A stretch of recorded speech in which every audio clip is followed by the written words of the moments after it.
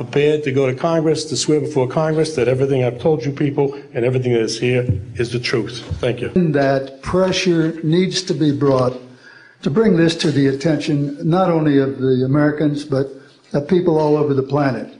These vehicles have been seen and confirmed all over the planet. I am willing to sign a sworn statement or testify to my judgment and to what I have observed. Such things do exist. And I will testify to this under oath to a congressional hearing. I will testify under oath before Congress that everything that I have said is true. These statements are true. I'm willing to testify under oath before Congress. Thank you. I will say at this point, to keep it short, that I will testify under oath as to what I say is true, and I will do so before Congress. Thank you. I'm willing to testify to the truth of all these matters that I've spoken about this in front of Congress under oath. Thank you. For an Air Force base. And I'll be glad to testify to Congress that this is absolutely the truth. Thank you. Particular experience, I will testify before Congress if necessary and explain exactly what happened. Thank you. We have to disclose what we know, and I am willing to testify before Congress under oath or before any other organization that what I witnessed was true. I'll testify under oath before Congress that what I'm saying is the truth. I'm willing to testify before Congress that what I'm saying is true, and thank you very much. You're heroes for being here also, and I will testify in front of Congress if asked to. That's pretty much my story, and I'm prepared to tell the story in front of Congress, and it is the truth. Now, I stand before you today in my almighty God, and I tell you this. If Congress calls me in and says, will you testify in detail what you know, I stand here today prepared and ready to do just that. Governments must never lie to the people for no reason.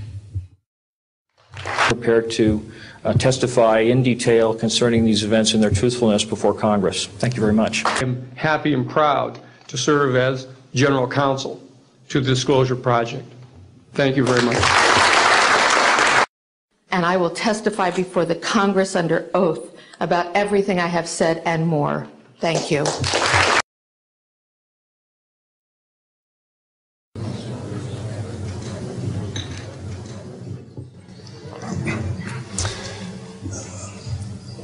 Years ago, the great screen actor Jimmy Cagney was working with a young actress that was about to be fired.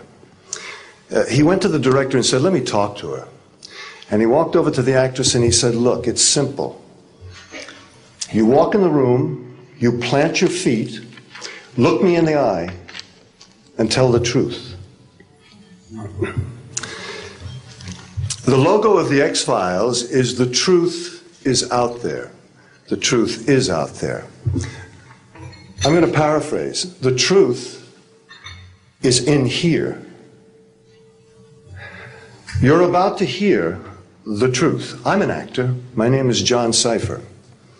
For 7 years, I walked through the door, planted my feet, and tried to tell the truth as Chief Daniels on Hill Street Blues, as General Craig on the hit sitcom Major Dad. I was 2 years on Dynasty. You're on Knots Landing. I've done 5 afternoon soap operas, 12 Broadway shows, and 20 films. One of the Broadway shows I did was the great musical Man of La Mancha on Broadway. I was Richard Kiley's original understudy. I sang the words to dream the impossible dream, to fight the unbeatable foe, to bear with unbearable sorrow, to run where the brave dare not go. I'm here to introduce your host this morning, Dr. Stephen Greer. He's a man who is running pell-mell where the brave dare not go. He was an emergency room physician. In fact, the director of emergency medicine at a major hospital in North Carolina. 3 years ago, he sat his wife and his 4 daughters down and said, I've been doing this part-time, running after the truth, for 7 years now. Now I'm going to do it full time. He walked away from all that money to pursue the truth. I always think of Hamlet's great line to Horatio, there are more things between heaven and hell than are dreamed of in your philosophy, Horatio. I'm going to introduce a man who says, there are more things between heaven and hell than any of us have accepted. And I have the witnesses and the documents to prove it. Ladies and gentlemen, Dr. Stephen Greer.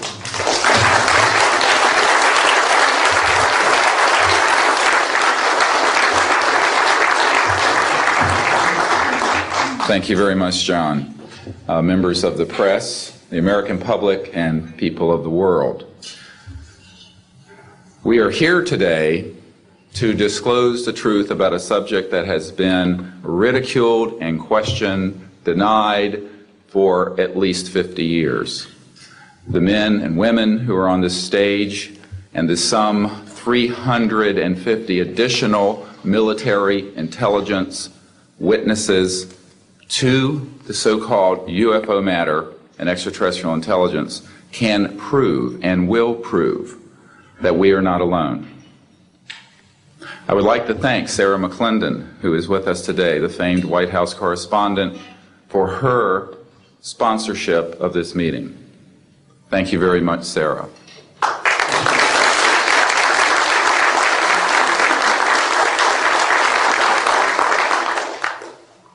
In 1993, a group of military advisors to this project and I met out in the countryside in Virginia, and we decided that it was time for civilians, military, intelligence, and other people to come together to disclose the truth about the subject which is called UFOs.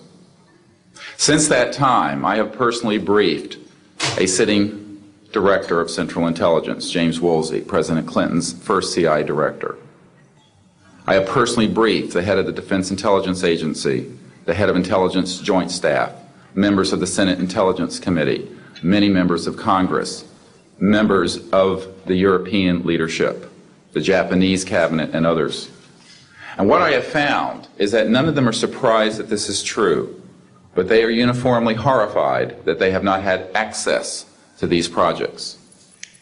We can establish through these witnesses whom we have identified, which now number over 400, and these are people who have been inside the CIA, NSA, NRO, Air Force, Navy, Marines, Army, all divisions of the intelligence and military community, as well as corporate witnesses, contractors to the government. And these are folks who have been involved in so-called black budget or covert unacknowledged projects. These unacknowledged special access projects are taking in at least $40 to $80 billion per year. And they are sitting on technologies that can change the world forever.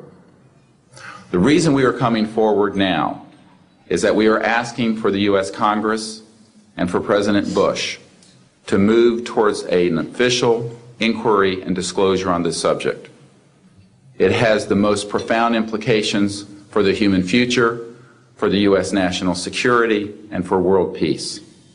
Specifically, technologies connected to UFO and extraterrestrial vehicles, if declassified and used for peaceful energy generation and propulsion, would solve the looming energy crisis definitively, would end global warming, would correct the environmental challenges that the Earth is facing. It is also critical that we begin to debate as a society the propriety of placing weapons in space.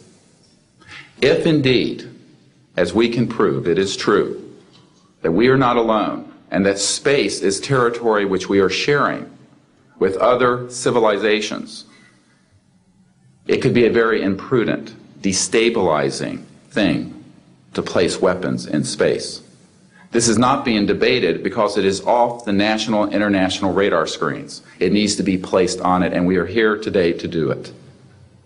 We can establish through this testimony that these objects of extraterrestrial origin have been tracked on radar going thousands of miles per hour, stopping and making right-hand turns, that they use anti-gravity propulsion systems, which we have already figured out how they work in classified projects in the United States, Great Britain, and elsewhere.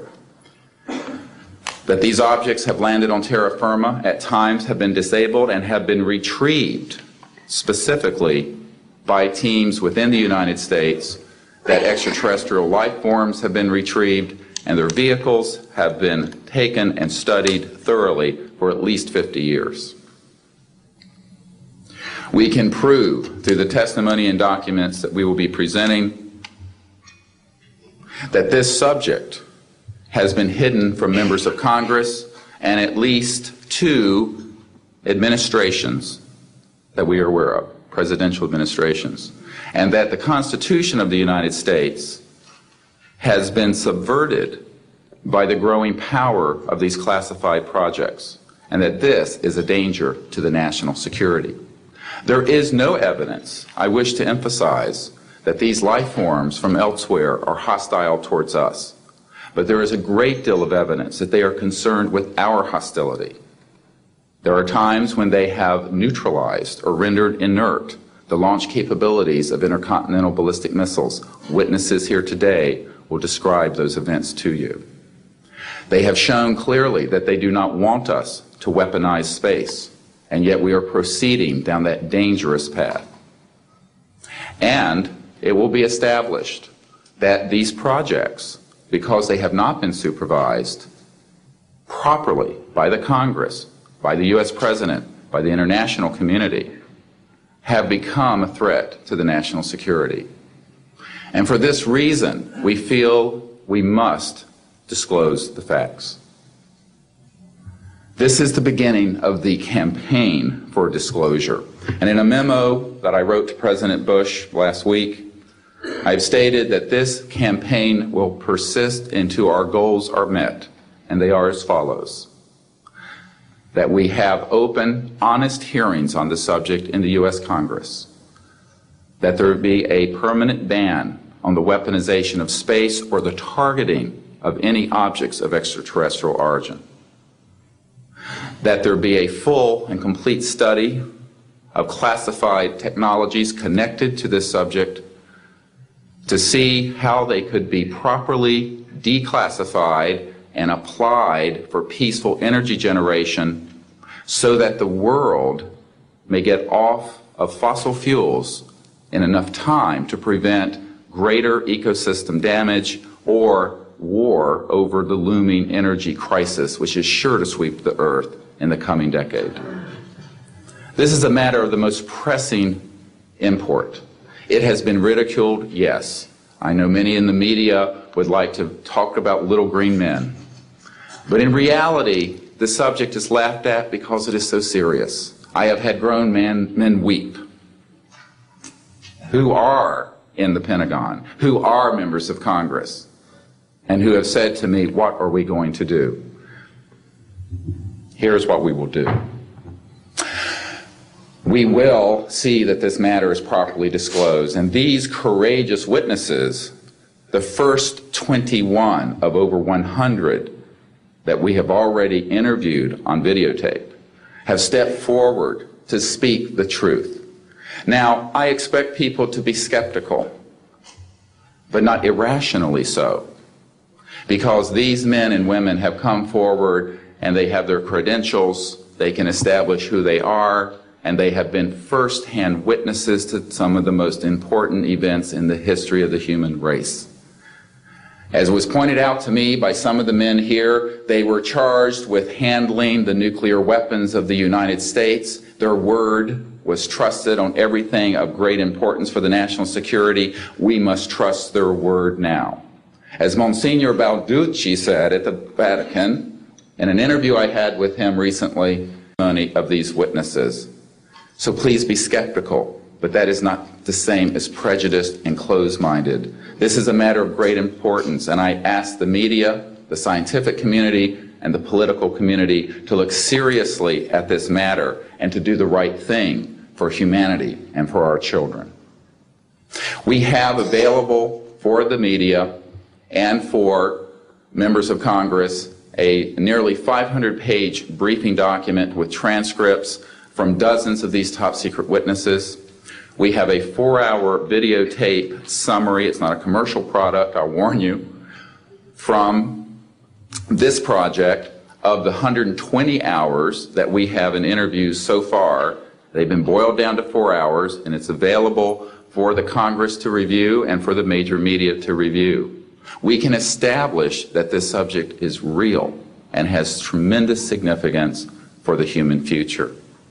I ask on all of you who are listening to contact the members of Congress that represent you and the leaders around the world and other countries and ask them to hold an honest inquiry into this subject, to support a ban on weaponizing space, since we are sharing space with other life forms, and that we move quickly as a people to understanding that this is the end of the childhood of the human race.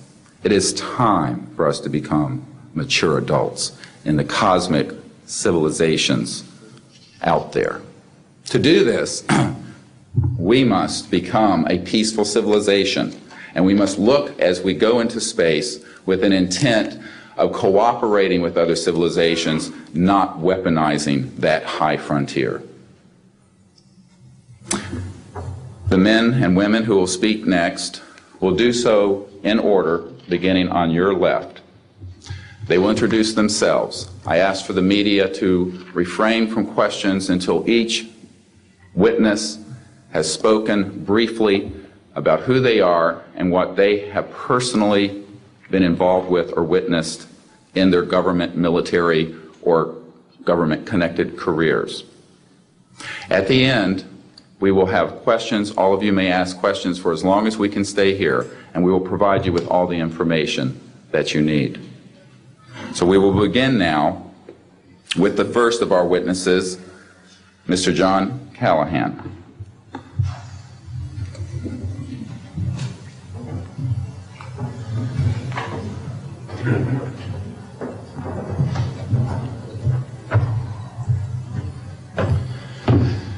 My name is John Callahan. I'm a retired FAA employee. I was the division manager for the Accidents, Evaluation, and Investigation Division in D.C. About 2 years before I retired, I received a call from Alaska region where the region wanted to know what to tell the media. When I questioned, tell the media what, he says about the UFO, and it went downhill from there. What UFO? It turned out I told him what any government employee would do at that time was to tell him it's under investigation. And then I had him send all that data to the FAA's tech center in Atlantic City. The next day, my immediate boss, service director, Harvey Safir, and I went to Atlantic City. I had just purchased a new video camera, and I videoed the event. And in Atlantic City, we had them play back on a scope, you would call it a scope, a plan view display, PVD, exactly what the pilot seen or what the controller seen, and we tied that in with the voice tape so we could hear exactly what the controller said and what he heard, and we taped it. We came back the next day, briefed the administrator, Admiral Ingen, on what happened. He wanted a 5-minute briefing. After we started the briefing, he wanted to know if he could see the video. We put the video on. He watched the video, the whole video.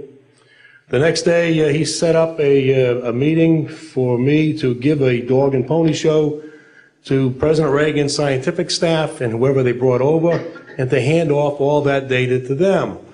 That morning in the FAA round room, it was either 9 or 10 o'clock, 3 men from Reagan's scientific staff, 3 CIA people, 3 FBI people, and I don't remember who the other guys were, along with all the FAA experts that I brought with me that could decide or talk about the hardware and the software, how it worked. We put on a dog and pony show. We let them watch the video. We had all the data there. We had all the printouts that the computer put out.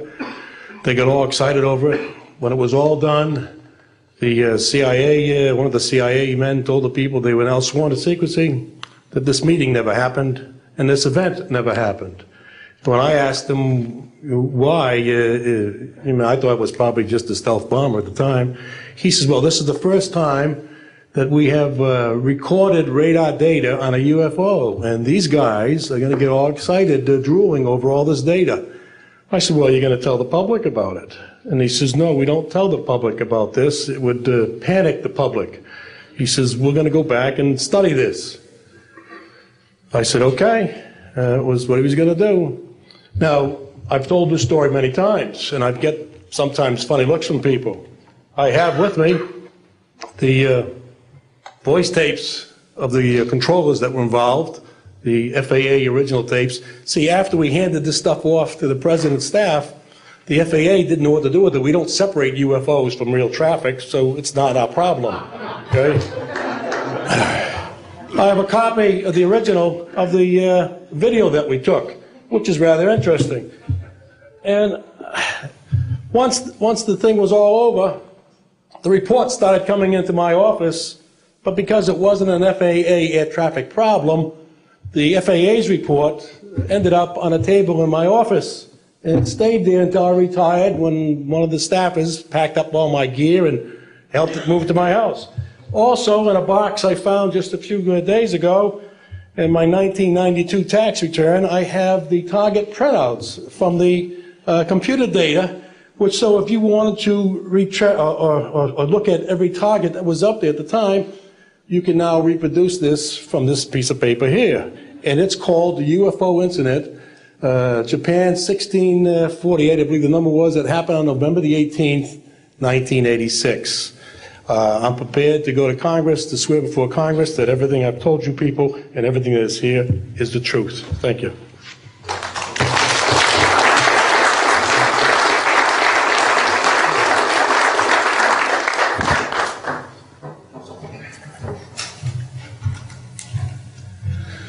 Good morning. I hope you'll pardon me. I'm a little bit nervous. My name is Charles L. Brown. I'm a Lieutenant Colonel, U.S. Air Force, retired, subsequently 7 years with the Foreign Service. I like the name Charlie Brown. A gentleman by the name of Charles Schultz, of great talent, sort of elevated the name, if you will. During World War II, I was a young farm boy from West Virginia. I got the patriotic bug, joined the United States Army, ended up flying bombers in Europe, and ended the war transport in the Pacific. Finished college in the summer, late summer of '49, recalled to active duty in the newly formed United States Air Force.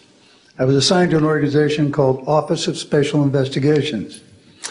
The Air Force, as most of you know, was formed in 1947. OSI, as a central investigative agency for the Air Force, was formed, I think, in 1948. So everything was relatively new. Needless to say, starting in '47, UFOs were rather new. The Air Force Intelligence, or Air Technical Intelligence Center, was at Wright-Patterson Air Force Base, and I had my office in a building adjacent to it. And our organization was the worldwide investigative agency for the Air Force for any unidentified flying objects. This lasted for about 2 years. The project name was known as Project Grudge. It was a predecessor to a project known as Blue Book, which Ed Ruppelt headed. During my experience with it, I would collect the data from around. I didn't collect it, it was sent into my office. I analyzed it. As a pilot investigator, I was able to offer some bits of advice to the Air Technical Intelligence people. Now, you might visualize a massive office, but as I recall, we had a first lieutenant, a secretary, and a technical sergeant. That was the essence of Project Blue Book when it started, or Project Grudge, Blue Book, and expanded somewhat. During the review as an analyst of these various documentary reports, if you will, or documents, I became clearly convinced that there was substance to what was being reported, in that we had ground visual, ground radar, airborne visual, and airborne radar confirmation of some of these sightings. The individuals who made the sightings were everything from airline pilots, military pilots, police officers, some of the people that your lives depend upon on a daily basis. These are very reputable and creditable people. I hope that the testimony here from very credible people will convince you of that and will further Steve Greer's disclosure project, in that pressure needs to be brought to bring this to the attention not only of the Americans, but of people all over the planet. These vehicles have been seen and confirmed all over the planet. I am willing to sign a sworn statement or testify to my judgment and to what I have observed. Such things do exist. Please believe me. Please believe those who follow me. Thank you.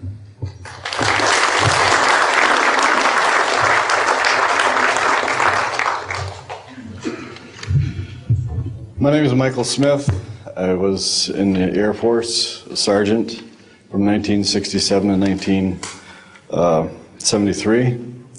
I was aircraft control and morning operator. While I was assigned to Klamath Falls, Oregon, in early 1970, I arrived at the radar site and they were watching a UFO on a radar that was hovering at about 80,000 feet. It sat there for about 10 minutes and then slowly descended until it dropped off the radar, was gone for about 5-10 minutes, and then instantly reappeared at 80,000 feet, stationary. The next sweep of the radar, it was 200 miles away, stationary. It hovered there for about 10 minutes and redid the whole cycle twice more. When I found out what you normally do when you see a UFO, I was told that you notify NORAD, you don't necessarily write anything down, you don't write anything down, and you keep it to yourself. It's a need-to-know basis only. And NORAD one night called me about later in the year to let me know as a heads up that there was a UFO coming up the California coastline. I asked them what I should do about this. They said, nothing, don't write it down, it's just a heads up. And then late 1972, while stationed at the 753rd Radar Squadron in Sault Ste. Marie, Michigan, I received a couple panicky calls from police officers who were chasing 3 UFOs from Mackinac Bridge up I-75. So I immediately checked the radar, confirmed that they were there, called NORAD, and they were concerned because they had 2 inbound B-52s going to Kinslow Air Force Base. So they diverted them because they didn't want any proximity to the 2. And that night I answered many calls from the police department, sheriff's department and stuff. And my standard response was that there was nothing on radar. And I will testify to this under oath to a congressional hearing.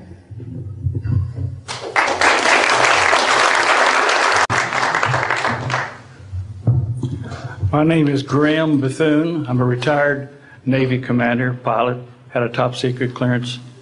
50 years ago, February the 10th, 1951, I was flying from Keflavik, Iceland to Argentia, Newfoundland.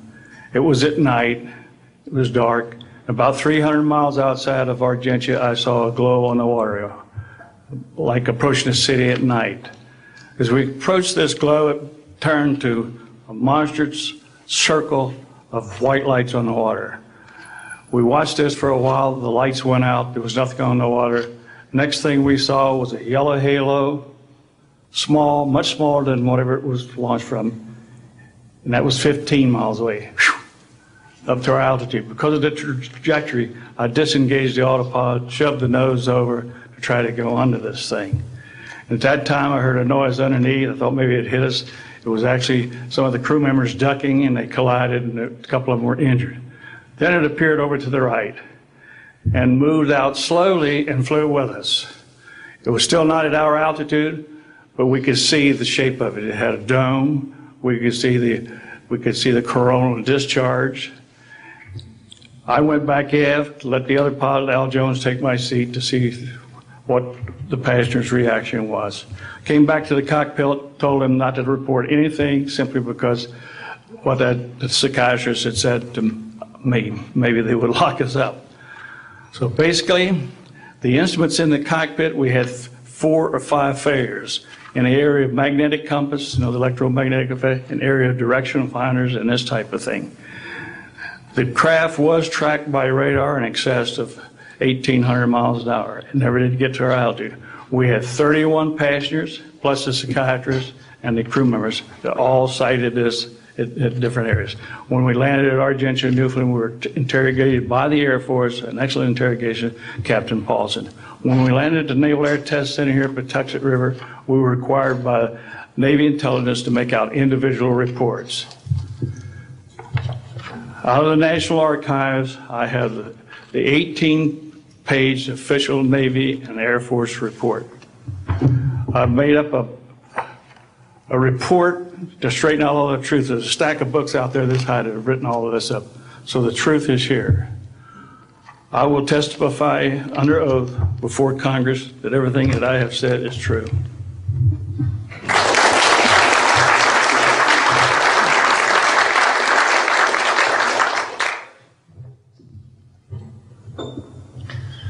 My name is Dan Willis. I was in the United States Navy. I held a top secret crypto level 14 extra sensitive material handling security clearance. I worked in the code room at the Naval Communication Station in San Francisco. In 1969, I received a priority message from a ship near Alaska that was classified as secret. The ship reported emerging out of the ocean near port bow, a brightly glowing reddish-orange elliptical object, approximately 70 feet in diameter, emerged out of the water, shot into space, traveling at about 7,000 miles per hour. This was tracked on ship's radar and substantiated. Years later, I worked at the Naval Electronic Engineering Center in San Diego for 13 years. The co-worker who I worked with worked at the NORAD facility. When he first started working at the facility, he noticed objects going on the screens that track everything out in space and in the air, objects going off the scale, doing right-angle turns. When he inquired, his older supervisor advised him that, quote, it was just a visit from one of our little friends. He thought this was a little unusual. These statements are true. I'm willing to testify under oath before Congress. Thank you.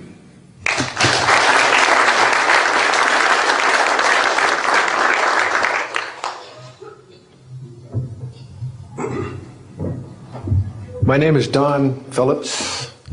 I was in the United States Air Force and had worked with certain intelligence agencies of the United States government. Prior to my Air Force, prior to joining the Air Force, I worked for the famous Lockheed Skunk Works. And I was working for them when I was attending college, and I worked for them in the capacity as a design engineer. It was one of my proudest moments of my life to work with a man by the name of Kelly Johnson. A lot of you might be familiar with that. It turns out that the models of aircraft that we were building, as you know, were all classified, were in the deep black, and that I came in on the end of the U-2 project. My main project was known later as the SR-71. The SR-71 had a predecessor.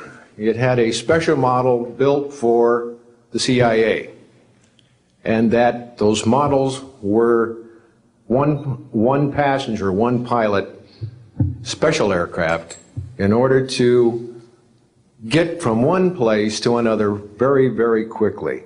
Now these SR-71s, as we know them, the Blackbird, are the type of aircraft that are still classified in a sense as far as the altitude that it flies at and also the speed records that it holds.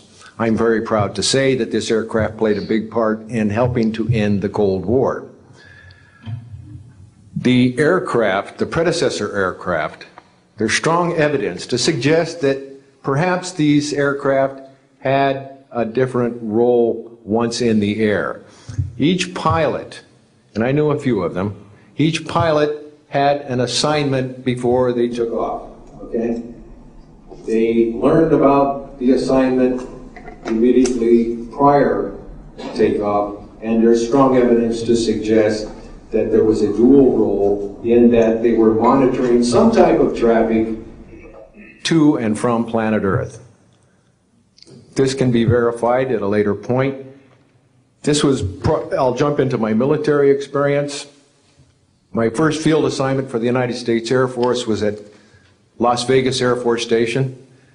And that was my first experience with Las Vegas, and I couldn't understand why people were being so excited about going to a place such as this, but I soon found out about a year later. Nellis Air Force Base is located there. Nellis is a major training center for different types of special aircraft and fighter aircraft, one of the premier training sites for pilots all around the world.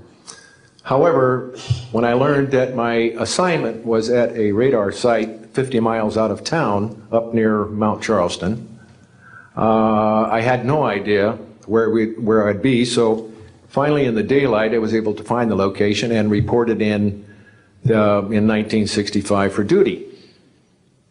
In 1966, early in the morning, about 1 to 2 a.m., I was staying there on base, and our barracks were at about 8,000 feet. I heard a lot of commotion. You know, at that altitude, sound carries tremendously. And I thought, well, it's early in the morning, it's summertime, and there is it's very warm, and maybe I should get up and take a look. I didn't really want to, but I got up and took a look, walked up to the main road up near my office, which was the commander's office. I was on the commander's staff, Lieutenant Colonel Charles Evans. And I was saying, who's making all this noise? Who's making all this noise at this time of the morning? So when I got within about 50 yards of the 4 or 5 people that were standing there, one being the chief of security, they were looking up in the air, and I says, gee, their heads are all looking at the same direction. Well, I looked up to the west, northwest, and to my amazement, there were lights flashing around the sky, moving at anywhere from what seemed like 2,400 to about 3,800 miles per hour. Now, the fact that we're taking an estimate from a distance, you know, we figured, well, this is quite something. However, we continued to watch these darting lights go across the sky and stop, absolutely stop, come to a dead stop, and reverse in an acute angle their direction, and then proceed on in sort of, they were traveling so fast that you could almost see a pattern left by, if you are computer people, when you move a mouse real quick across the screen, you see a little bit of a tail. Well, that's exactly the way these 6 or 7 craft worked. After 5 minutes of watching these things, they all seemed to group up to the west, northwest, okay? They started to come in on a circle. But what I would like to point out is that where they were putting on their display in the north-northwest sky, just directly east of that is what is known as Area 51. Area 51 is a AEC name, okay? Atomic Energy Commission. That was the old name for Atomic Energy Commission. We knew it as the Groom Lake Flight Test Facility in the Air Force. And it was where we tested our aircraft after we got the prototype made from the Skunk Works. So here are these, let's get back to the circle in the sky. What they did was coalesce and started rotating in a circle, and then they disappeared. Well, I thought, gee, this is something that we have to keep quiet, and that was verified by the chief of security. But we waited there and talked it over for a little bit, and it seemed like, I think it was an hour. Then came the radar people from the scopes, which were at 10,000 plus feet, came down for their dinner at 2 o'clock in the morning. And the first person off the bus was a good friend of mine, Anthony Kesar. He said, he was white as a sheet, and he says, did you see that? Yeah, we all said, yeah, it was a nice display. What a show. He says, we documented them on radar. And he says, we didn't give them clearance. We just, the standing order was let them fly through the radar beam. He says, we documented 6 to 7 UFOs. Now, we don't know who was guiding those, but they were certainly intelligent, and we don't know where they landed because they coalesced and disappeared. So I will say at this point, to keep it short, that I will testify under oath as to what I say is true, and I will do so before Congress. Thank you.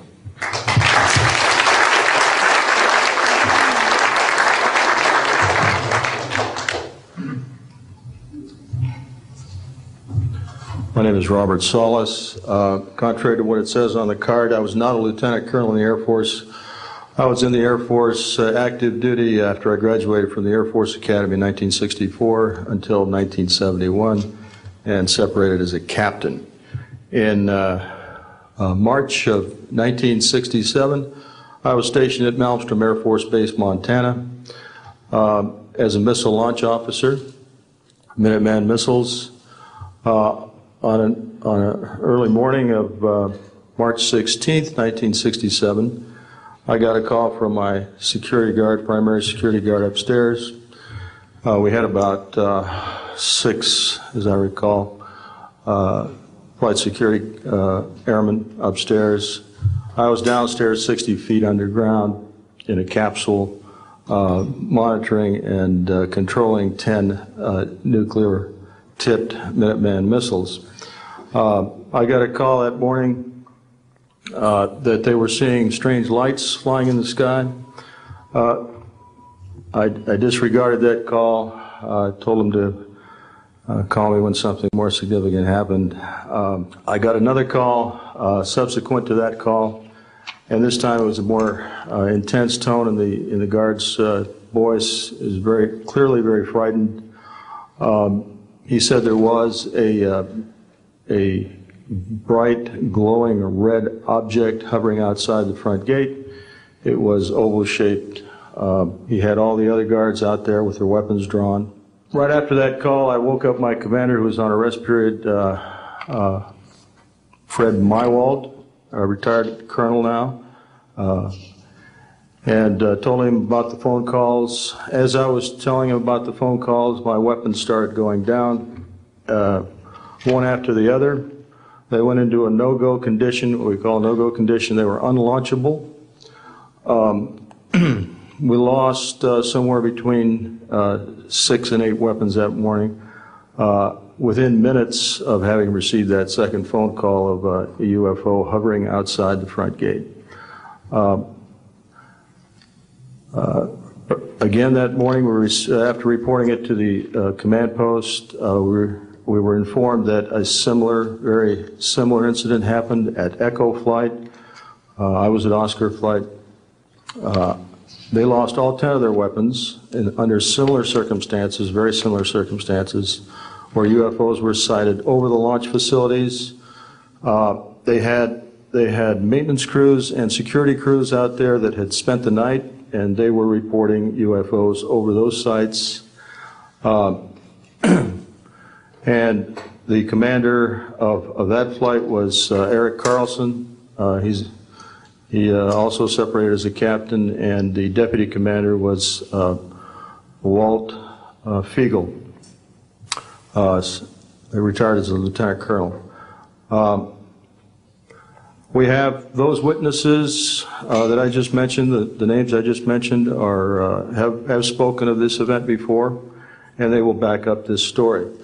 We also have documentation that I received through FOA requests from the Air Force outlining the Echo Flight incident and including in that documentation a reference to UFOs. We have telexes covering this incident, and in one telex it says the fact that no apparent reason for the loss of 10 missiles can be readily identified is cause for grave concern to this headquarters. This was from SAC headquarters. So we've got those telexes. I've got about 12 witnesses that'll verify parts of this story, including of a man who investigated the incident afterwards for the Air Force and you'll hear a little bit more about that from the next witness. And also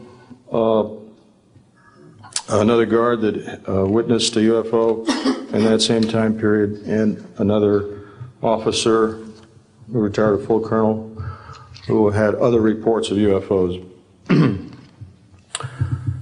Ancillary to that, excuse me, I've got the complete report on a Minot, North Dakota incident. That was Minot Air Force Base, North Dakota, which happened in August of 1966. Very similar UFOs sighted over missile silos, and also a UFO incident that was investigated by the Air Force immediately after our incident within a week. I'm willing to testify to the truth of all these matters that I've spoken about this in front of Congress under oath. Thank you.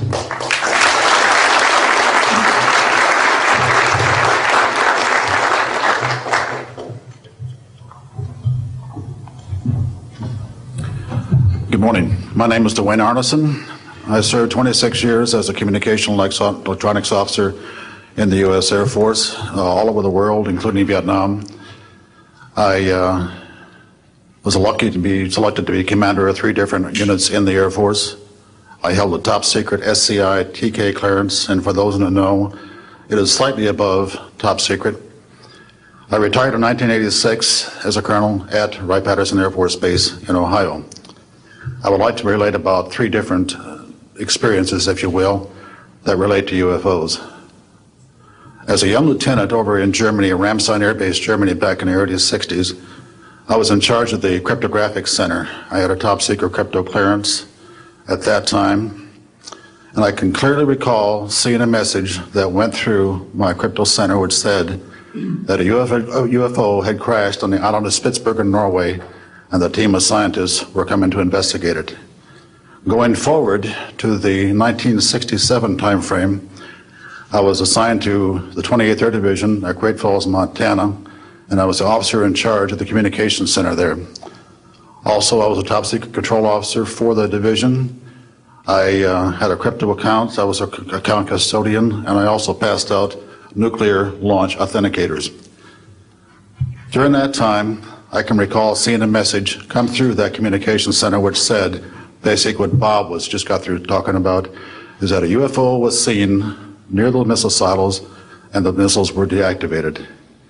Coincidentally, the person that Boeing sent to investigate the particular missile conditions, if you will, what made them shut down, was my first manager at Boeing, Mr. Bob Kaminsky, who has since passed away. And I can recall him on different occasions. He lived close to me in Auburn, Washington. That's where I'm from. And he said, Arnie, he says, those missiles were perfectly clean. That was the result.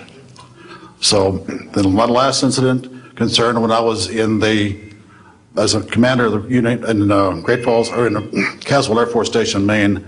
I had contacts with the security police at Loring Air Force Base, and they told about UFOs that were seen near the nuclear weapon storage areas on Loring Air Force Base.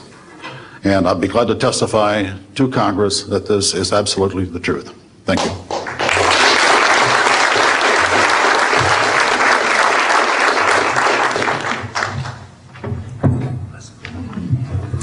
Good morning. My name is Harlan Bentley. During 1957 and 1959, I was a PFC in the United States Army, stationed north of Washington, D.C. on the Nike Ajax missile base close to Olney, Maryland. In May, this month of 1958, about 6 a.m., I heard a noise outside that sounded like a pulsating transformer. I sat up in my bunk, I looked out the window, I saw a craft heading for the ground and crashed. Pieces broke off of that craft, immediately took off again. So there's a lot more to that story, but I've got to speed this up. Now, the next night, I was on radar duty. I get a call from the Gaithersburg missile base.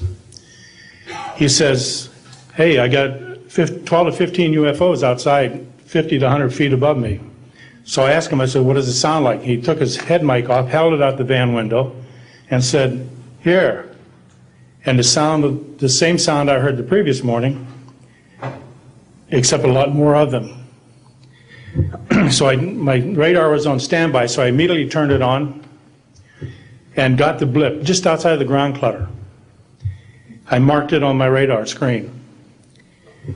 And then for a few minutes later, all of a sudden they took off. As they took off, the sweep came around, hit the blip.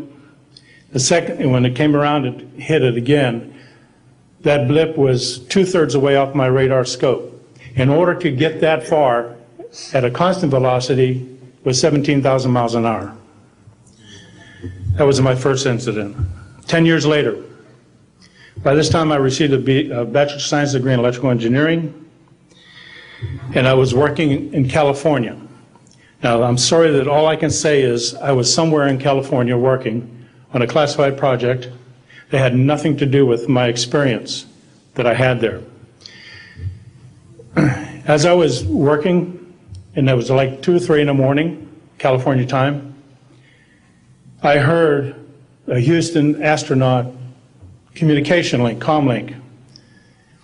I didn't pay much attention to it until I heard the word bogey. Of course, my ears picked up immediately. An unidentified flying object of some sort, whether it's a craft, meteorite, or whatever, was on a collision course with that module going to loop around the moon. So basically, I listened for some time, and then I stopped and went back to work. And then I heard, there they go. In the astronaut world, some of you may not know this, there's a term called green turtle. And it used to be, I don't know if it is today or not, but it used to be is you're not allowed to use profanity over the net.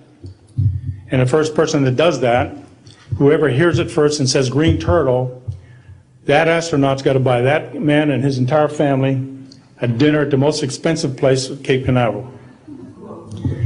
Well, to end this real quick, one of them said, damn, they went off, the UFOs took off. He says, damn, that was fast. And somebody yelled, green turtle. And then he said another word, a synonym to crap. And then somebody else yelled, green turtle. And you could see him grit his teeth, because now he had to buy 2 expensive meals. And my particular experience, I will testify before Congress if necessary, and explain exactly what happened. Thank you.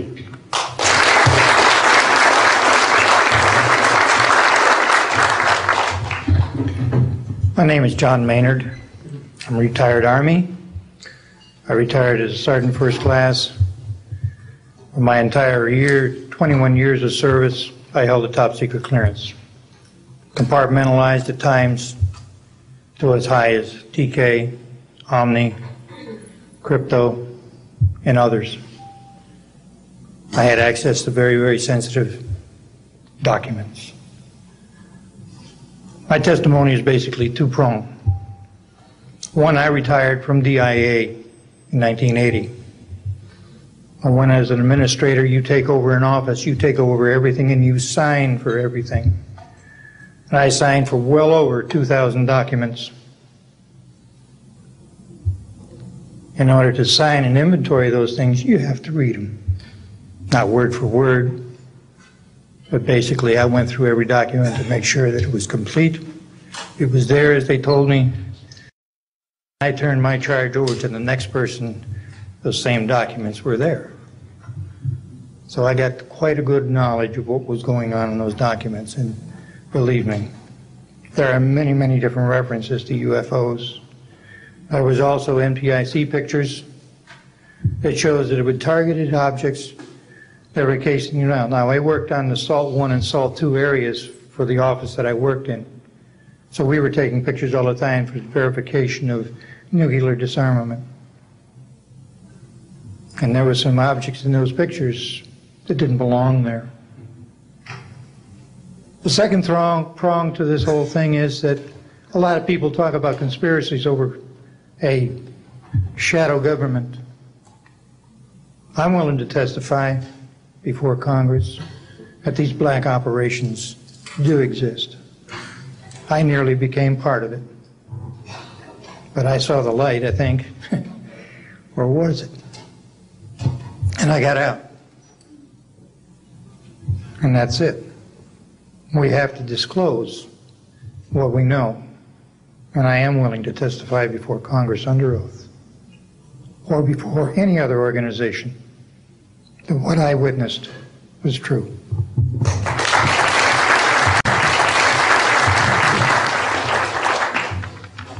Good morning.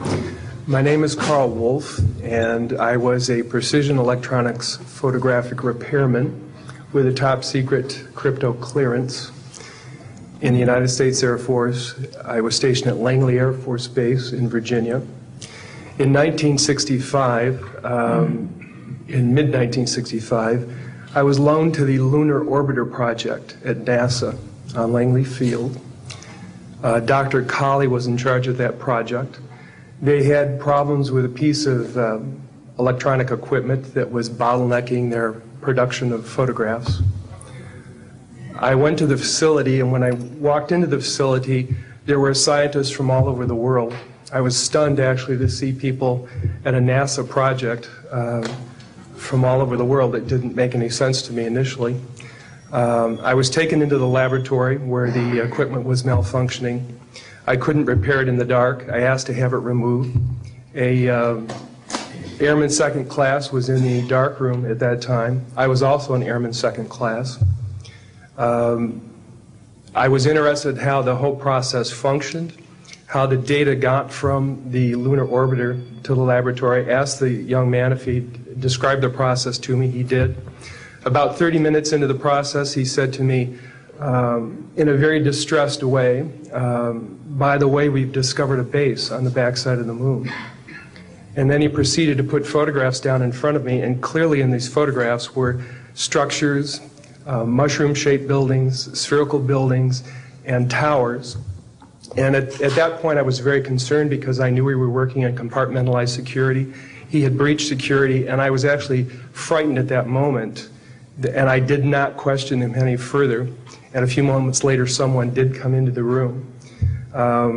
I worked there for 3 more days, and I remember going home and naively thinking, I can't wait to hear about this on the evening news. And here it is, more than 30 years later, and I hope we hear about it tonight. And I will testify under oath before Congress that what I'm saying is the truth.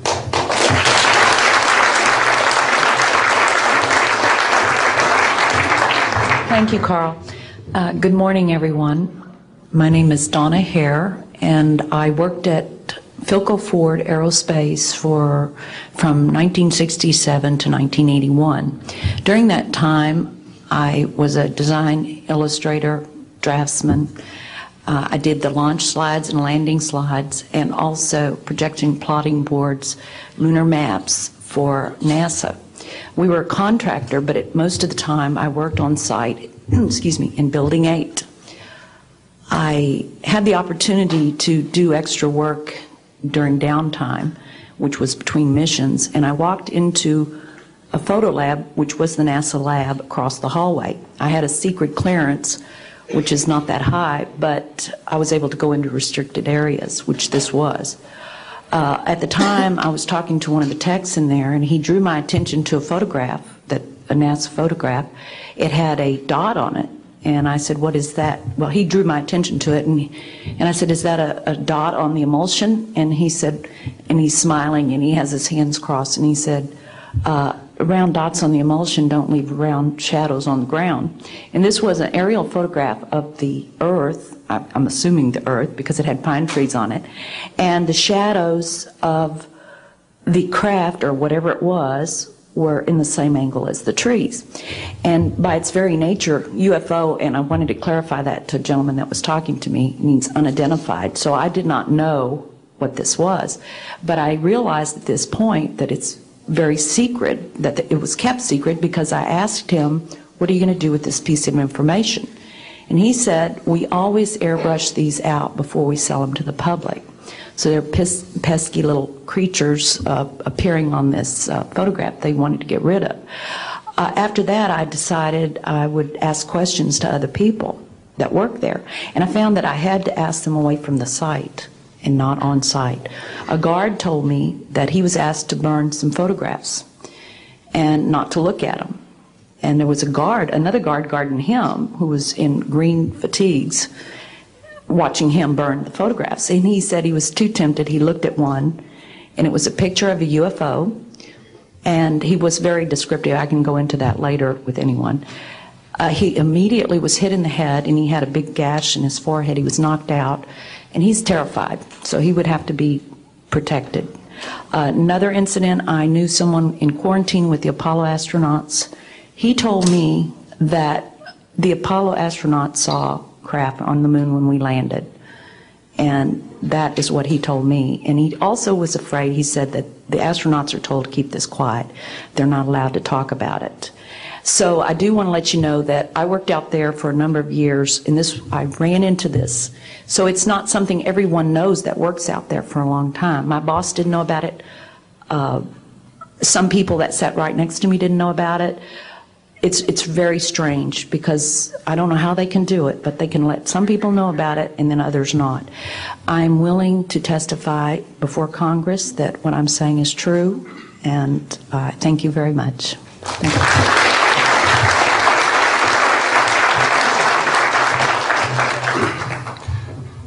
Good morning, ladies and gentlemen, and members of the press. My name is Larry Warren. 20 years ago, in 1980, I was a security specialist assigned to RAF Bentwaters, Woodbridge, NATO Air Force facilities in Suffolk, East Anglia. I had a secret security clearance. I guarded our backline nuclear weapons that were stored there at the time, without the knowledge of the people of Great Britain. I went through a portion of a 3-night UFO event where objects made incursions over our WSA, fired pencil-thin beams of light into them, and adversely affected the ordnance, possibly. These objects were on the ground on 2 different nights. Potentially there was another life form seen. This is an unpopular truth. These events were of extreme defense significance to not only Her Majesty's government, but this government as well, and they are still shrouded in secrecy. They are very complex, they are very vast. This is more about a human rights issue than just a UFO issue. 20 years ago, this room would be empty. I see a turn in history. This is history in motion, but unfortunately it's history with a security classification. I would be more than honored to swear under oath that I experienced what I did, I saw what I saw.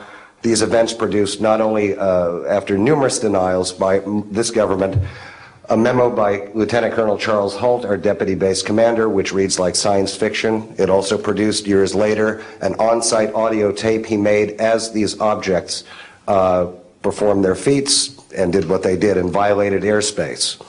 These events are of extreme defense significance. I hope my brothers in arms that went through these events will be given immunity at some point and be able to join us here. It is an honor to share the stage with all of these people. And I think for all our children, my son Dennis, God bless you, son, we can change the world. You're heroes for being here also, and I will testify in front of Congress if asked to. God bless. Thank you.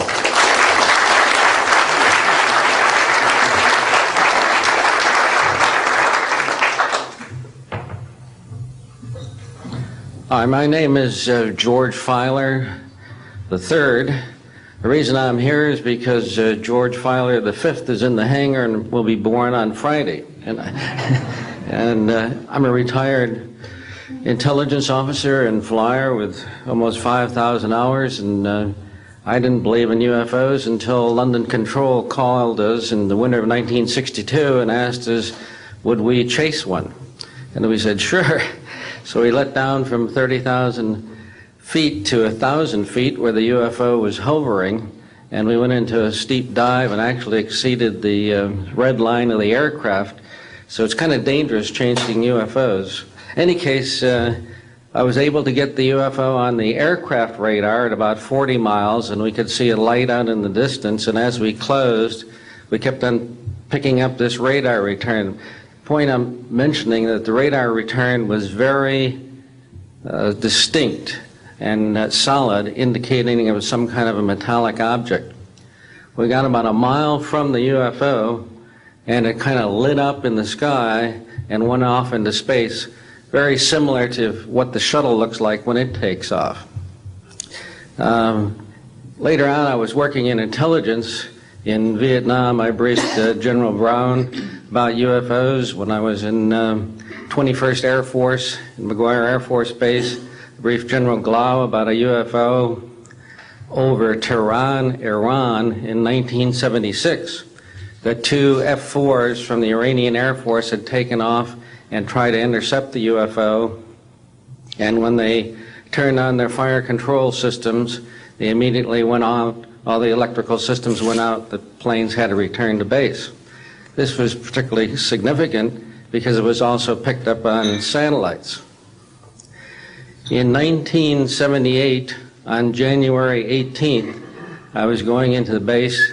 Every morning I did the briefing to the general staff, and I noticed that there are some lights off in the distance at the end of the runway there. And when I got into the command post, the senior master sergeant in charge said that there had been UFOs in the pattern all night. They're on radar. The tower had seen them. They gotten aircraft reports and so on. And that one had landed or crashed at Fort Dix.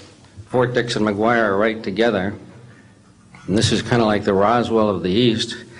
But in any case, an alien had come off the craft and had been shot by a military policeman and apparently was wounded and was heading for McGuire.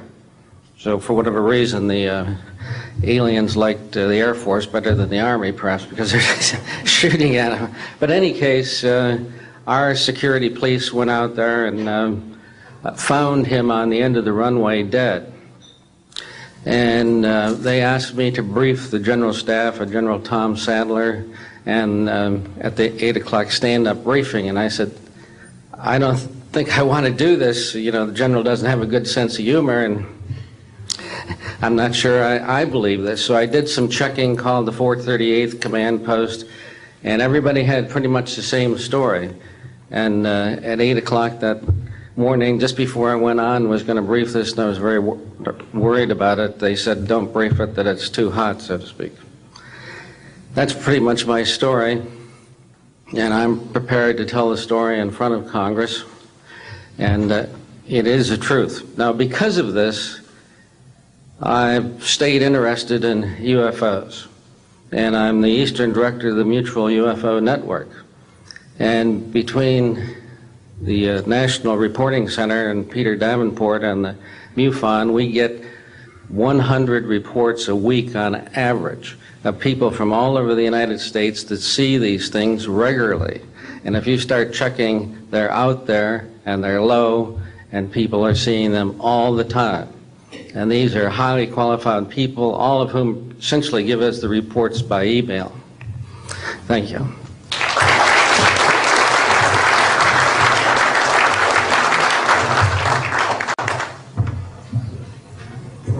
Morning, ladies and gentlemen. My name's Clifford Stone. I was a Sergeant First Class, United States Army. I had a secret clearance with nuclear surety. I could get the clearance that I needed to do whatever it was that was necessary for me to do at the time on special operations when I was called in on those. What I'm referring to here is that I was involved in situations where we actually did recoveries of crashed saucers, for lack of a better term, debris thereof. There were bodies that were involved with some of these crashes, also some were alive. While we were doing all this, we were telling the American public there was nothing to it. We were telling the world there was nothing to it. I'd like to go into detail on some of the cases, about the nuts and bolts cases right here, but I will be available if you have any questions concerning my involvement in this. You can talk to Dr. Greer to arrange for me to get to talk to you. But the whole situation is, we've set back, we've told the American people that there's no such thing as UFOs. I've been involved where we have recovered these objects. We know them to be of extraterrestrials. In 1969, I had an event that happened to me while I was stationed at Fort Lee, Virginia. We went to Indiantown Gap, Pennsylvania. That would be my first exposure to any time that we would be recovering an unidentified flying object. When we went there, we already had people that was already in the facility. We were a backup team, which was supposed to be NBC because there were supposed to be some nuclear materials that was on board this craft.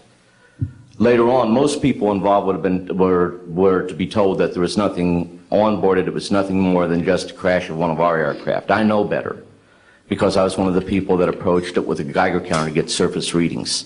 I was the first person to go ahead and see that there were bodies on it. That would be the first of approximately 12 events. UFO crashes are not events that take place every day. They're rare. I know we're not alone in the universe. I know that the absence of evidence is not evidence of absence. It's evidence that has been denied to the American people.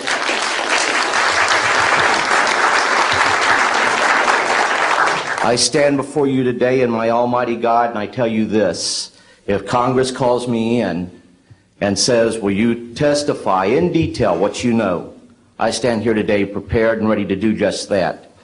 Governments must never lie to the people for no reason. Thank you.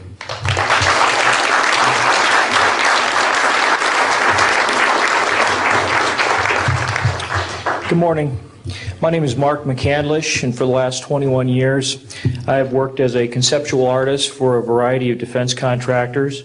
I've been involved in conceptual artwork of the production thereof for Rockwell on the X-30 program, and also on the high-step program. That's spelled HYSTP, means Hypersonic Testbed Program.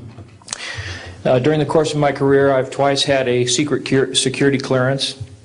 In 1967, while my father was stationed at Westover Air Force Base, the headquarters for 8th Air Force Strategic Air Command, I witnessed and watched through a telescope a UFO which hovered over a nuclear weapons storage facility for approximately 10 minutes and then departed with an acceleration approaching a bullet leaving a rifle barrel. In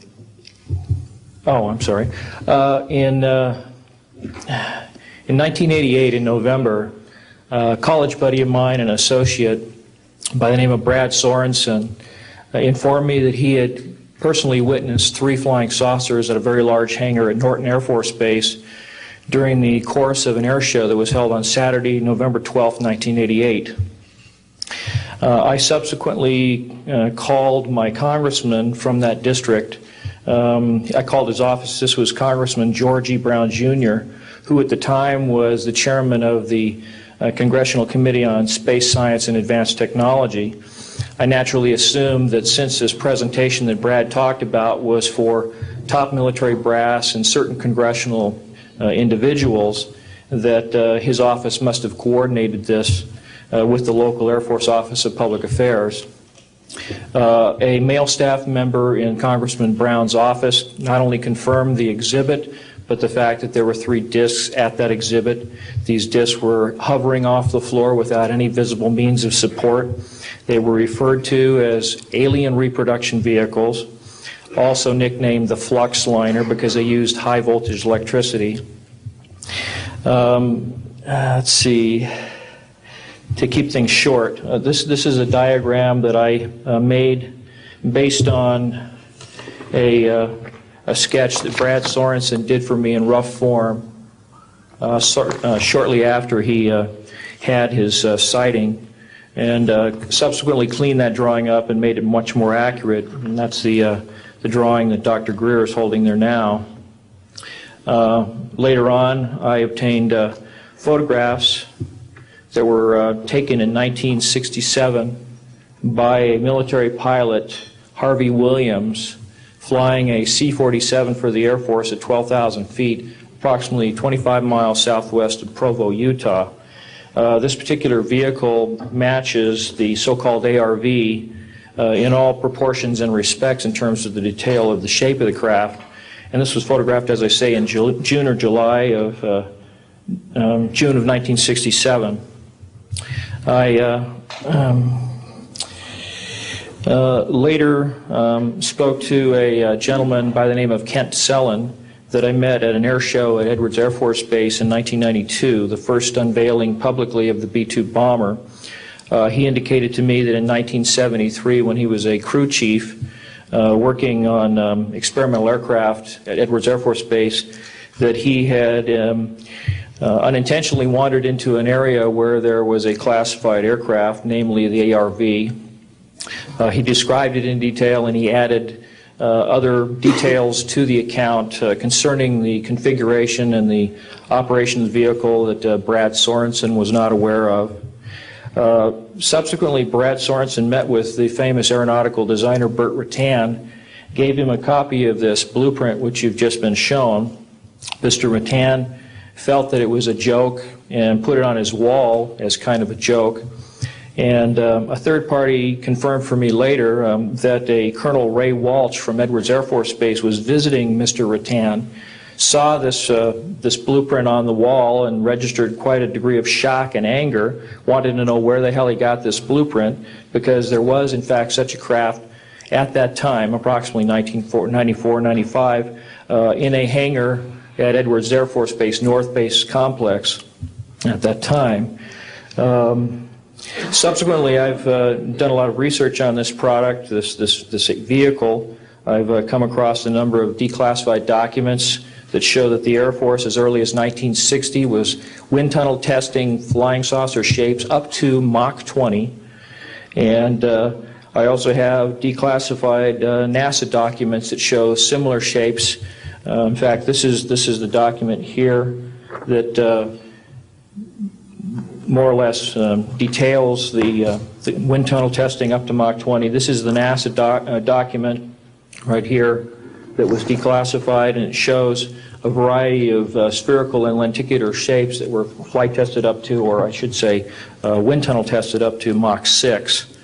I subsequently obtained a copy of an interoffice memo from Hercules Aerospace that describes a particular type of science involving something called zero-point energy and scalar waves. According to Brad Sorensen, this is the basis of the technology for these anti-gravity propulsion systems. This particular document here describes 6 different meetings involving the Defense Intelligence Agency and cooperative efforts with the Russian scientific community in investigating this, what is called the fundamental enabling technology that was originally discovered apparently by Nikola Tesla in the early 1900s. Anyway, I could provide you much more detail at a later time, and I am prepared to testify in detail concerning these events and their truthfulness before Congress. Thank you very much.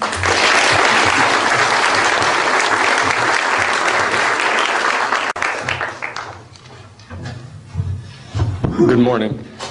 My name is Daniel Sheehan. I'm an attorney and serving as general counsel to the Disclosure Project. I'm a 1967 graduate of Harvard College in American Government Studies and Constitutional Law, and a graduate of Harvard Law School. And I served as general counsel and one of the co-counsel for the New York Times in the Pentagon Papers case, and was involved in briefing and arguing the case in front of the United States Supreme Court, giving permission to the New York Times to publish the classified documents, the 47 volumes of the Pentagon Papers. Subsequent to that time, I served as special counsel to the office of F. Lee Bailey as one of the trial counsels when we represented James McCord in the Watergate burglary, and got Mr. McCord to write the letter to Judge Sirica to reveal the Watergate burglars' relationship to the plumbers unit in the White House at that time. Subsequent to my service in that case, I went back to Harvard to the Divinity School to study Judeo-Christian social ethics and public policy. Did my master's work and PhD work there, and became general counsel for the United States Jesuit headquarters in Washington, D.C., assigned to the National Social Ministries Office and their Public Policy Office. It was there in 1977 that I was contacted by Ms. Marcia Smith, who was the director of the Science and Technology Division of the Congressional Research Service. She asked to meet with me, and I met with her, and she informed me that President Carter, upon taking office in January of 1977, held a meeting with then the Director of Central Intelligence, who was George Bush Sr., and demanded that the Director of Central Intelligence turn over to the President the classified information about unidentified flying objects and the information that was in the possession of the United States intelligence community concerning the existence of extraterrestrial intelligence. This information was refused to the President of the United States by the Director of Central Intelligence, George Bush Sr. The Director insisted that the President, in order to have access to this information, needed to have clearance to contact the Congressional Research Service, to contact the United States House of Representatives Science and Technology Division, to have them undertake a process to declassify this information, because the DCI suspected that the President was preparing to reveal this information to the American public. The Congressional Research Service Science and Technology Division, under the directorship of Marcia Smith, was contacted by the House Science and Technology Committee and instructed to undertake a major investigation of the existence of extraterrestrial intelligence and the relationship of the UFO phenomenon to this. I was contacted by Ms. Smith and asked, in my capacity as General Counsel to the United States Jesuit Headquarters, National Social Ministry Office, to see if we could obtain access to the Vatican Library, to obtain the information that the Vatican had with regard to extraterrestrial intelligence and the phenomenon of the UFOs. I pursued that with the permission of Father William J. Davis, the director of the National Office, and we were refused access, as the United States Jesuit order, to the information in the possession of the Vatican Library. When I reported this to Ms. Smith, she then later subsequently asked me to participate in a project which I can go into some detail during the question and answer period or later to individuals, pursuant to which I was given access to, as a special consultant to the United States Library of Congress Congressional Research Service, to the classified portions of the Blue Book project of the Air Force. At that point, it was in 1977, approximately May of 1977, I went to the Madison building of the United States Library of Congress. There was no one in the building at that time. It was brand new. I was directed to a basement office where there were two guards at the door and a third sitting at the table, who took my identification, verified that I'd been designated as a special consultant to the Congressional Research Service of the United States Library of Congress, and was admitted to the room. I thereupon found photographs, some dozen photographs, of what is unquestionably an unidentified flying object on the ground that had crashed and plowed a furrow in a field of snow, and it was embedded in an embankment. There were United States Air Force personnel surrounding this craft, taking photographs of the craft, and one of the photographs, I could see that there were some symbols on the side of the craft. And so I proceeded through the photographs and found a close-up photograph of these symbols. I'd been instructed that I was to take no notes and had to leave my briefcase and all my identification outside of this room, but I had brought with me a yellow pad. And so what I did is I opened up the yellow pad and refocused the overhead camera onto the same size as the cardboard backing of the yellow pad, and I physically traced the copies of the symbols on the side of this craft, closed the yellow pad back, put the microfiche back into the canister, reclosed the box that I had, and I said, it is time for me to leave. And I took this and proceeded to leave the office, at which point the security guards stopped me, and one of them said, "What is that you have there, Mr. Sheehan?" At which point I handed the yellow pad to him, and he flipped through all the yellow pages and never found the copy that I had. And so I took that with me and brought it to the United States Jesuit Headquarters, had a meeting with the staff, with Father William J. Davis, reported this to them, was authorized at that time by the United States Jesuit Headquarters to make a report to the National Council of Churches and to request that the entire 54 major religious denominations of our country undertake a major study of extraterrestrial intelligence, which they declined to do. I was subsequently asked to deliver a 3-hour closed-door seminar to the top 50 scientists of the Jet Propulsion Laboratory of SETI, the Search for Extraterrestrial Intelligence, which I did do in 1977. I'm more than happy to testify under oath to these details to the United States Congress, and would be happy to meet with any members of the press at that time. You may recall I also served as chief counsel to the Karen Silkwood case, in which we obtained the rulings in the Karen Silkwood case. I also served as chief counsel in the Iran-Contra case. It was the first one to testify before the United States Congress to the existence of the off-the-shelf enterprise of Richard C. Cord and Albert Hakim. I'll be more than happy to share the details of what I believe to be the relationship between this off-the-shelf enterprise and the secret government which is concealing this information from the American public. And I am happy and proud to serve as general counsel to the Disclosure Project. Thank you very much.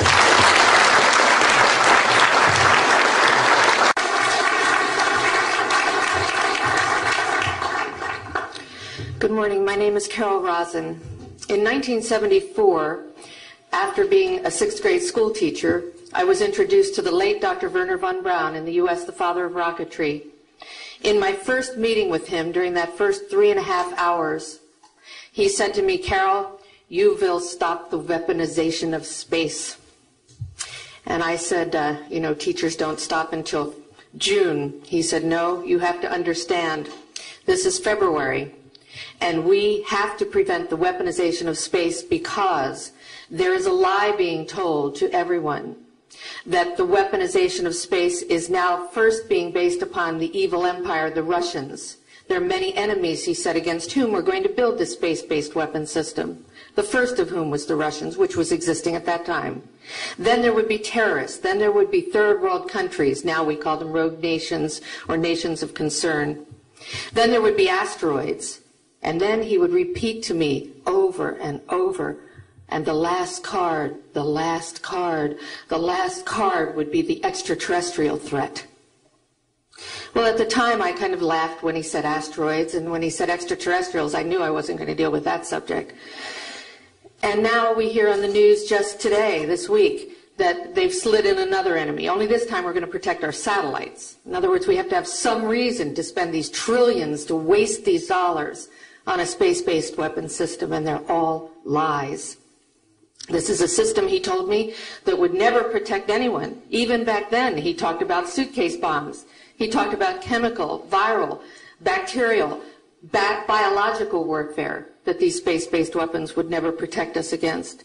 And then he told me that, in fact, if you travel around the world, which I did after he died in 1977, I met with people in over 100 countries who were friends. They didn't want to build space-based weapons. I became a space and missile defense consultant, and I worked with people around the world. I became an advisor to the People's Republic of China. They don't want to build a space-based weapon system, and he told me back then that they didn't. He said, "Go to Russia. They're considered to be the enemy." I got on a plane by myself. When I got to Russia, I had a list of people that I had read out of the newspaper. Chernenko was in office then. He was the only one I didn't get a chance to meet. They introduced me to everyone when I got there. And when I got back, I said, "Oh my Lord, this man is telling the truth. There is no threat." And I've been waiting until this day for 27 years, and I'm expecting the spin to happen, because he also explained to me that as a military strategist, as a person who worked on the MX missile, which I did later, he said, "You will find that there is going to be a spin to find some enemy against whom we have to build space-based weapons." And now we should expect the spin, because he said part of the formula for the intelligence community is if they might have a weapon, then we have to consider that they do have these weapons. So now they do have these weapons, so now we have to build these weapon systems. And that's the formula, except that it's all based on a lie. And we have witnesses here today that have shown you that these extraterrestrial beings, that these craft that have come here are now not UFOs, they're identified flying objects, and we know that they have beings in them. And we have witnesses here who have told you that they can shut down our missile silos, they can stop a rocket going into space that's a test. We have witnesses here who have worked in the classified departments who have the courage to come forward here to support what Wernher von Braun told me back in 1974 to 77. And I will testify before the Congress that when I founded the Institute for Security and Cooperation in Outer Space, which I shut down a few years ago because I didn't believe we had a chance with this huge, integrated around the world, complex weapon system, that we had any chance at all of transforming that war industry into a space industry that could provide benefits, like Dr. Greer has said, of global warming. We can end that situation of that problem. We can end the energy crisis. We can build now non-polluting technologies. Wernher von Braun used to tell me that we could have cars back then that drove around off the ground. He described this to me on beams so that we have no pollution on this planet. And we can solve the problems of the people that are urgent and potential, and the other animals and the other cultures on Earth and in space. And we can end the arms race without dislocating the industry jobs, without disrupting the economy, by transforming, Wernher von Braun told me, the war industry into a global cooperative space industry that will provide, he said, finally, more jobs and profits on this planet than during any hot or cold wartime, more products and services that can be applied directly to solving the problems of this planet. And we can have a whole planet now that lives in peace on Earth, with all the cultures on Earth and with all the extraterrestrial cultures in space. And these are words that Wernher von Braun told me in 1974, and I will testify before the Congress under oath about everything I have said and more. Thank you.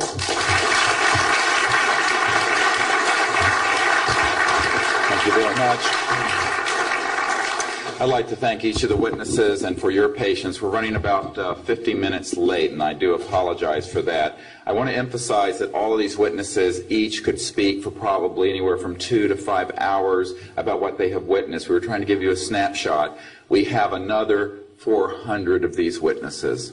I have carried this burden for 8 years. I'm now giving it to you, the American people and the people of the world, to take it forward. What I'd like to do now is open the audience for questions from the media.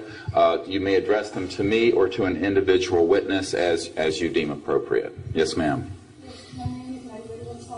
Proceedings here, and I'm wondering how your screening process went. Can you tell us a little bit about your satisfaction level with that?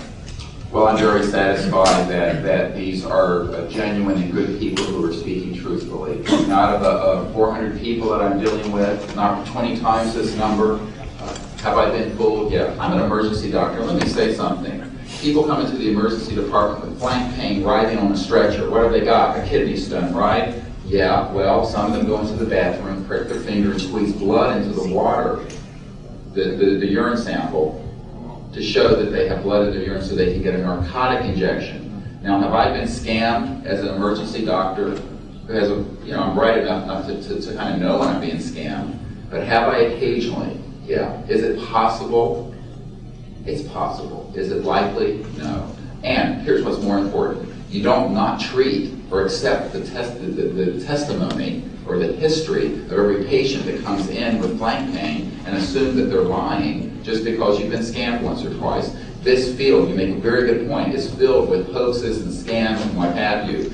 It doesn't mean, however, that all of it is. And in fact, what we're saying after 8 years of research, we have found the documents, the top secret witnesses, the insiders willing to testify under oath before Congress that this is true. Now, here's another key point. Some of the people who are in this witness pool, Mr. Sheehan, myself, and a couple of other attorneys, are members of state licensed professions. And what that means is that if we are perpetrating a hoax, we will lose our license to practice medicine, we will lose our license to practice law, but we'll be perpetrating a hoax upon the public. So what I would say to you is that the group of people before you are very credible, and the others whom we have identified are. We are not the CIA. We have not been able to do a $50,000 background check on each person. I'll give you that caveat. But we have done very serious interviews and vetting. And by the way, these people have presented their DD-214s, their defense forms, other documentation that show the two DD-214s and others that show that they were in the military at a certain place and a certain time. So we're very comfortable that, in fact, that the weight of the testimony will carry the day here and that this is real. I had an insight, and it relates to your question. There have been tens of thousands of sightings and experiences from all over the world. Only one of them needs to be true. Because if only one of them is true, then the entire case of the non-reality of these sightings falls apart.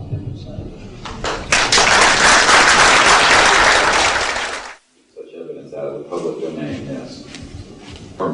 A priori, all signed agreements and oaths that have flowed from such operations are null and void.